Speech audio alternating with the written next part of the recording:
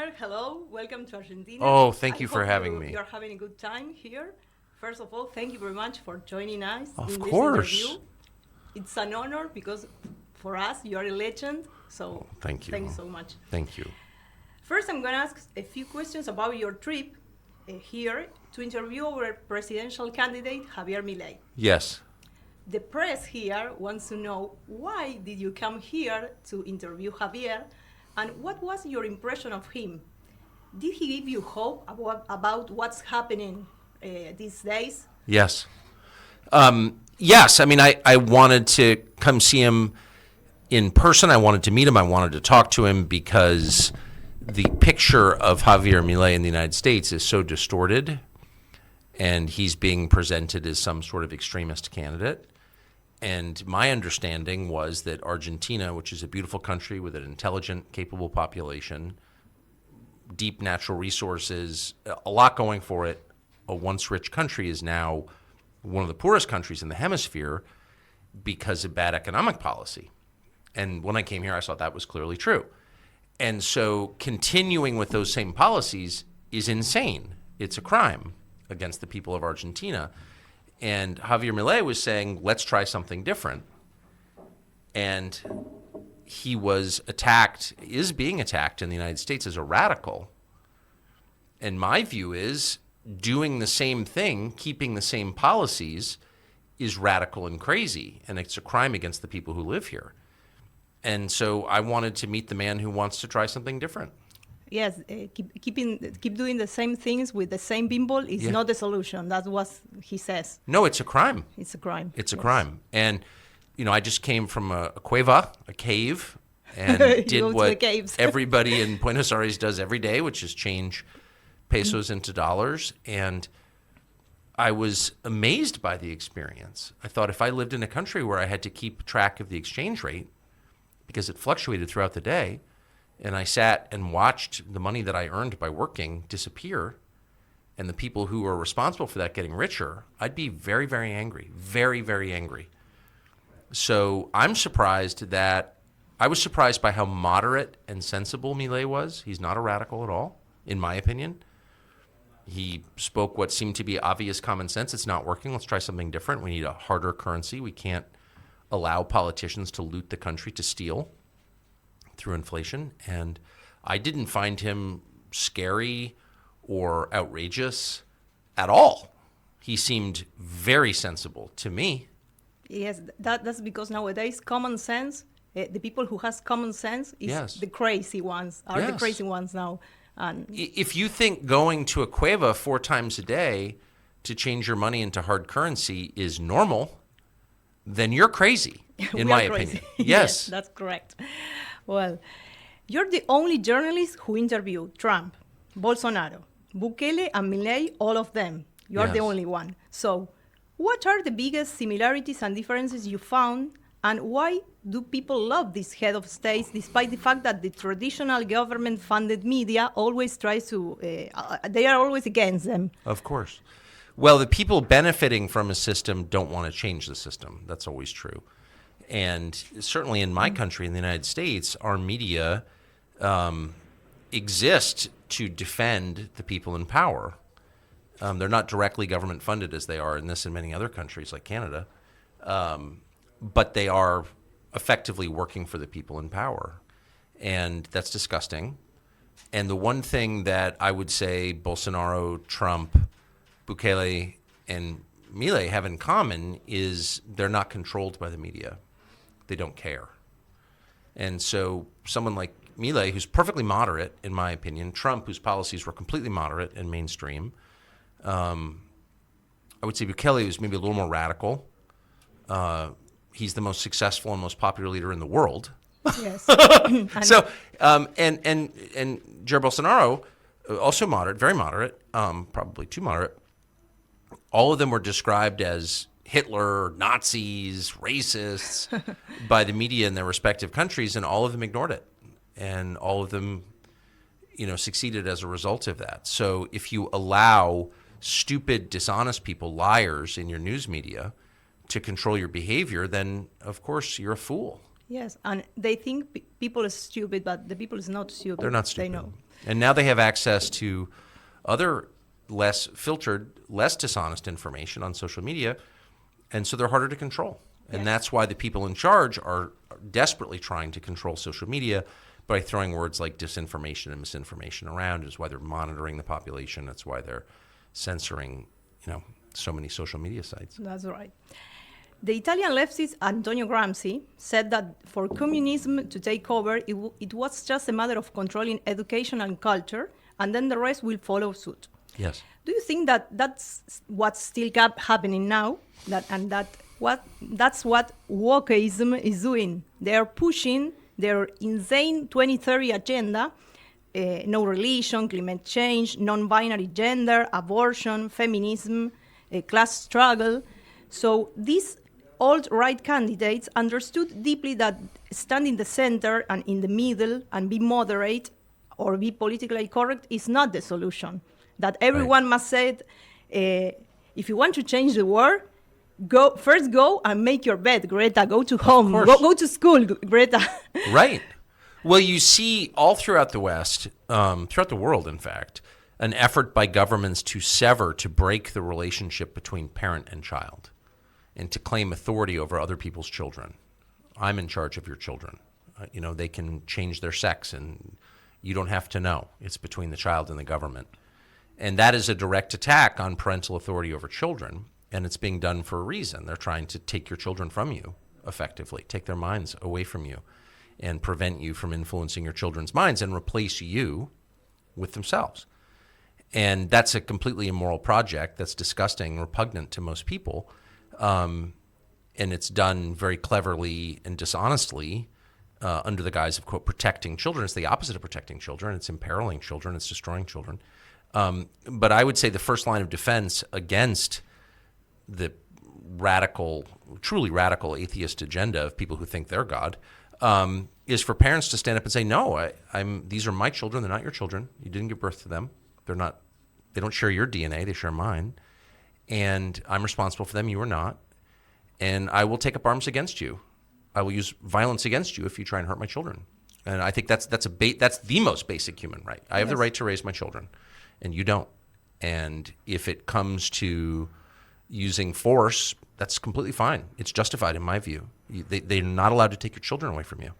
In any society that allows the government to take their children away is enslaved and deserves it, in my opinion. I mean that. I have 4 children. I know. I'm a parent. And then they become adults and they can make their own decisions. But when they're under my roof and they're my children, they're not your children, they're mine.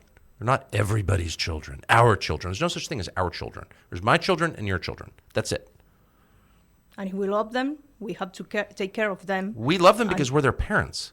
So if you're telling me that you're some greasy, dishonest politician, that you love my children more than I do, that's insane. I get my gun. Yeah, I mean it. Stay away from my children. And I'm just amazed by the unwillingness of parents, men and women, particularly men, to draw that line and say, absolutely not. No, I'll die before I allow that. So if you let them take your children away, then again, you're a slave, and so are your kids. And I don't know how you can face yourself. They don't like humanity. They want to lower the birth rates. They prefer animals and plants instead of humans. Yes. And that's very crazy. But they're not kind to animals. And I love people and animals and plants. And these are people who clear cut the forest to put in solar panels. So, who cut down trees because, it's consistent with some theory about climate change, or who allow the Chinese to clear cut the hardwood forests of Amazonia, et cetera, et cetera. They are not stewards of nature. They're not good for animals. So whatever, I could go on about it, but I love living things, period, especially people, but also animals and plants. And these people are destroyers. Yes. How do you see the Latin American situation? We had from 2015 to 2020 an alt-right wave with Bolsonaro and other presidents, and Trump in America. From 2020 to 2023, a socialist wave. Yes. What do you think is going to happen now, and what would you like to see happening in Latin America? Well, from my perspective, I'm interested in Latin America. Obviously, I'm from the United States. I grew up on the Mexican border, and I'm interested in it. And I'm always really struck by the promise of Latin America and how much it has to. I mean, it's obviously incredibly nice people, very family-oriented, hard workers, and then just remarkable natural resources, particularly in South America, particularly in Brazil and Argentina, and Chile too. But Brazil and Argentina especially, just amazing. I mean, these should be rich countries and smart populations. I mean, these are not backward places at all, particularly Argentina. I mean, the people are very cultured and they're poor, and that's bizarre. I mean, the people, you walk around Buenos Aires and you think, how can this be poor? I mean, these are very smart people and very civilized people. And the answer, of course, is terrible leadership, terrible leadership. And in the case of Argentina, as you know better than I, of course, this is not a new phenomenon. The mismanaging of Argentina's monetary policy is, many decades old.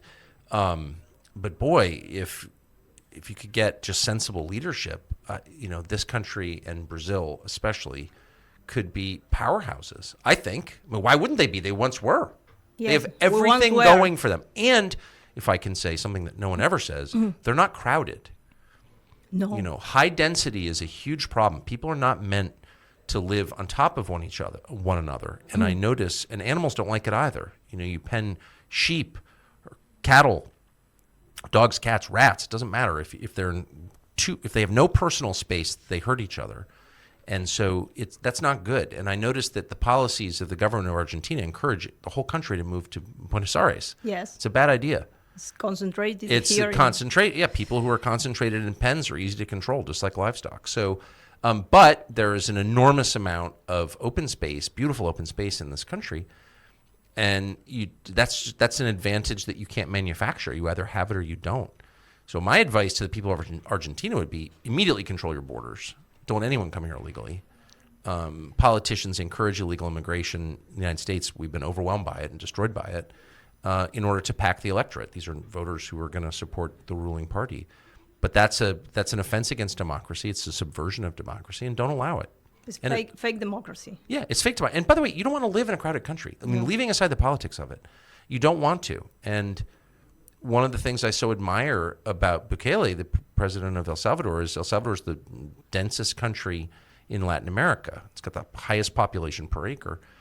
And it's very hard to manage a country like that, and he's done an amazing job. But how much easier would it be to run a country like Argentina, which has its own vast energy supplies, incredible amounts of arable farmland, ski resorts, beaches, beautiful infrastructure. Like, that can't be hard. And it's a massive country, and it's only got 46 million people? Really? Yes. Like, oh my gosh. Belgium would die for that. You think of all these countries who would love to have what Argentina has, and yet Argentina has, over 100% inflation annually. Like, it doesn't need to be this way. You have so much. Almost 200. Almost Yes. 200, right? Oh, it's crazy. That's crazy. We have to change politicians. Well, that's exactly right. Okay. And having everybody working for the government, like, maybe that sounds good. It doesn't work. It has never worked. And sets up terrible incentives. It degrades people. It makes them dependent. It's not good. How do you see the Trump situation? The leftists, the Democrats, want him in jail or even dead. Mm-hmm. Do you think they can go even further with their evil plans and this political persecution? Well, it's accelerating. I mean, they've indicted him 4 times, and they told us that Trump would be found guilty of human trafficking or child sacrifice or money laundering, and they've not even alleged any of those things. The things that Trump is accused of are not even, they don't rate as crimes. Having documents in his possession that are classified, I mean, what? Okay. No one has even shown that Trump did anything, and they're still trying to put him in jail for the rest of his life. So our system has changed completely in the United States in the past 5 years, completely. And we went from an inherently stable, moderate country to something that's not inherently stable or moderate. And I'm really concerned about where this is going. It seems to be accelerating. There's something about Trump that drives the people in charge crazy. I think there are very fair criticisms you could level against Trump. They don't. They hate him because they're worried he might say true things. And if you're penalizing people for telling the truth, then you are by definition on the side of evil, in my opinion. And the people believes him. Of course they do. And they love him. Of course they do. Of That's course why they do. And, Trump says things that are exaggerated or untrue. But on the big questions, he tells the truth. And that's the sin that he's committed. No one in the United States is punished for lying anymore. The people who are punished, the people who go to jail, are the ones who tell the truth. So the last election was completely unfair. It was rigged. And that's very obvious, and it's not even an opinion. Our government agencies worked to suppress the truth about the current president, Joe Biden. That's a rigged election by definition. It's not a democratic election. It's not free and fair. And yet, for saying that, they're trying to send a guy to jail right now. It's hard as an American. I'm 54. I grew up in this country. I'm never leaving. I love it, but it's hard for me to believe how quickly our system has changed. The core presumption of American life was you can say what you believe is true, freedom of speech, and that if you are accused of wrongdoing, that you would be tried fairly, equally under the law. And that's the bedrock of freedom of our system, those two promises, and both of them have been overturned in the last 5 years. It's scary as hell. Nothing like this happened before. This is the worst thing that's never happened. I mean, there was a period in the 150 years ago in the 1860s during the Civil War when the President of the United States, Abraham Lincoln, suspended core constitutional freedoms. I think that's impossible to defend. That's impossible to defend. I don't know why you'd want to defend it. But you could say, it's a civil war, it's existential, and these things need to be done. But there's not a civil war in the United States, and there's no justification for this. The people in charge are incompetent, stupid, and evil. Yes. They've been exposed as such, and they don't want to have a conversation about it. They don't want to win you to their side with argument. They don't want to make their case. They want to cling to power through force. They're tyrants. So that's what that is, and it's very obvious to. Last thing I'll say is it's interesting traveling in Latin America, where I've traveled my whole life since I was a small child. I've traveled in Latin America, and one thing I've always loved about it is the clarity with which they see the United States, because all eyes are focused on the superpower in the hemisphere, of course, and people in Latin America know how bad things can get. I mean, every one of these countries has had a military junta, revolution, a series of them. 4 presidents in a month. I mean, that's not an unusual thing here. And so when things go south in the United States, Latin Americans know exactly what they're looking at. They don't lie to themselves. They're like, oh, I know what that is. I've seen that before. And so when you travel to a place like Argentina and you ask people, like, what do you think is going on in the United States? And they're like, oh, well, the last election was rigged. Obviously. I know a rigged election. I've lived with them. And Americans are very slow to pick up on that because they haven't seen it before. They never imagined it could happen in their country. We never imagined that. Yeah. That's right. In a recent video you posted on X, you said that the rule of what you can say defines everything, and that without that we cannot have a free society, and that's the base of democracy. Do you think that massive public opinion without restrictions and fear changes politics and politicians and can change history, and that's why many social platforms censor people and their opinion? Of course. Words are what matter most. I mean, of course, you read the Hebrew Bible, what we Christians call the Old Testament, and there are, countless dozens and dozens of empires described that, 5,000 years later we know nothing about. We know nothing about them. Okay, they're gone, and they left in some cases no physical trace. What remains are the words. So armies come and go, but words remain. And, at the center of Western civilization is the Bible, and it's just a collection of words. It doesn't go bang. You can't set it off. You can't kill anybody with it. All you can do is read them, and they're the most powerful thing. And so if you control words, you control history. Yes. And if you control the conversations. 100%. The words. It all begins with words. Yes. And words are more powerful than any force. And they have inherent spiritual power, in my opinion. So, of course, needless to say, they want to control the words and the guns too. But in our Constitution, our rights begin with the First Amendment, which is the freedom of words, and the Second Amendment, which is the freedom of self-defense against tyrants. So, but they're in that order. So, of course, any tyrant will immediately try to prevent people from criticizing him. And that's what the people we live under are trying to do now, of course. And we shouldn't be surprised by it. Because the ones that want to push, for example, the 2030 agenda are minorities. And they try to show that there are a lot of people, but there are a few people trying to push them. Well, so and what's so infuriating is the double talk, is the lying. So, look, history is the story of tyrants. Every society becomes tyrannical at a certain point. We lived in a very unusual period where we had less tyranny than normal for the course of my life, and now that's changing. But what's so infuriating is to hear the tyrants use and misuse the word democracy. Democracy is a pretty simple definition. The people rule, and we can argue about what is the best mechanism for them to rule, representative democracy, direct democracy, whatever. But the concept remains the same, which is the majority of the people over time, either gradually or immediately, get their way. They get to govern themselves. They're in charge. The people rule. And so for a tiny minority of people to impose deeply unpopular policies on a population in the name of, quote, democracy is too offensive for me. I can't deal with it. I don't know the Spanish word, I'm too literal. Like, I believe that words have meaning. So you're telling me the opposite of something. And I find it almost intolerable. I find it infuriating. Yes. I'm a simple man. I want words to correspond to reality. This is a piece of paper. This is a cup of coffee. Don't tell me that that's a rainbow or a diesel truck. It's a cup of coffee. It drives me crazy to hear words misused like that. Or maybe ridiculous laws. I don't have to obey something that is so ridiculous or insane or of course. Crazy. That's yes, right. That's right. Oh.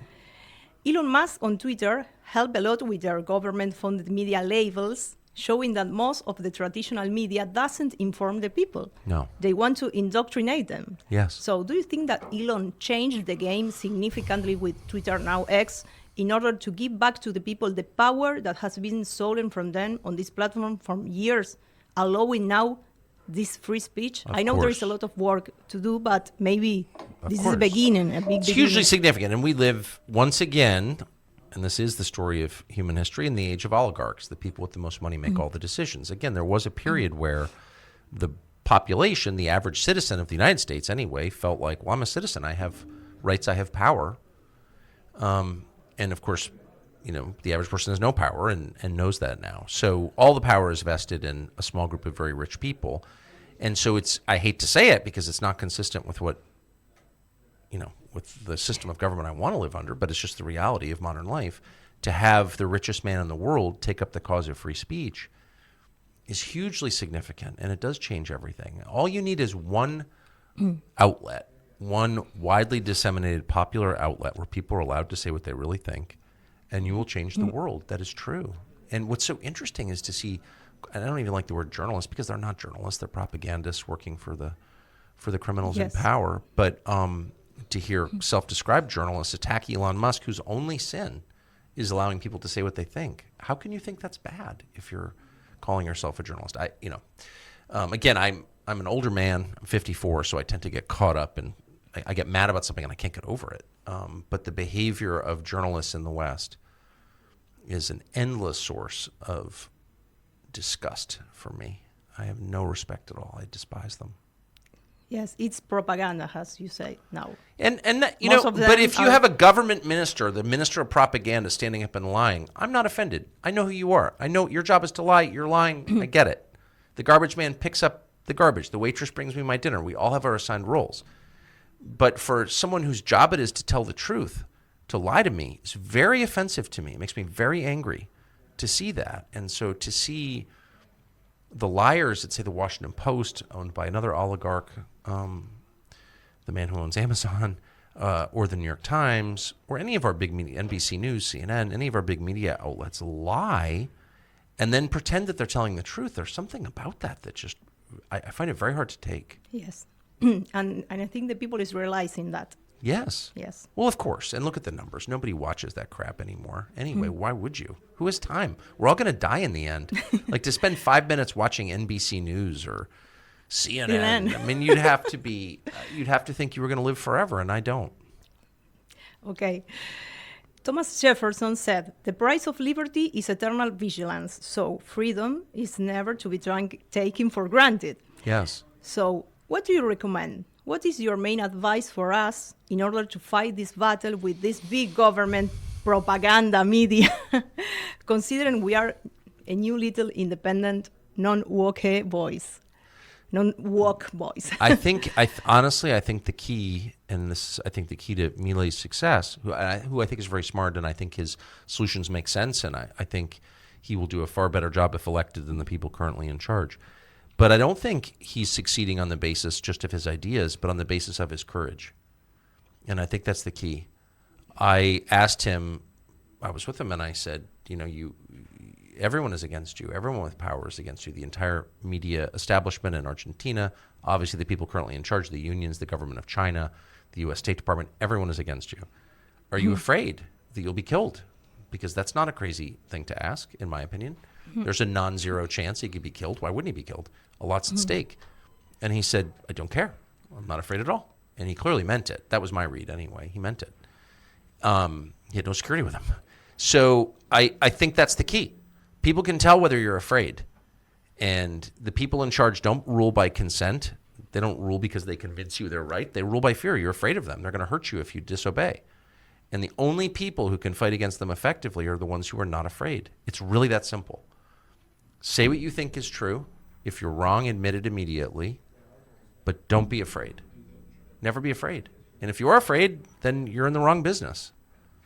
Go be a pharmacist. That's okay. We need pharmacists. But people who are leading the effort for political change and for societal change, who are trying to make things better, they cannot be afraid. And if they are, they will never be effective, ever. Okay. Thank you so much. Oh, thank you. I want you to know that your work is very important for us. Well, you're a great you. person, and you are an example for us. So Well, thank you. Thank you so much Good for luck. this interview.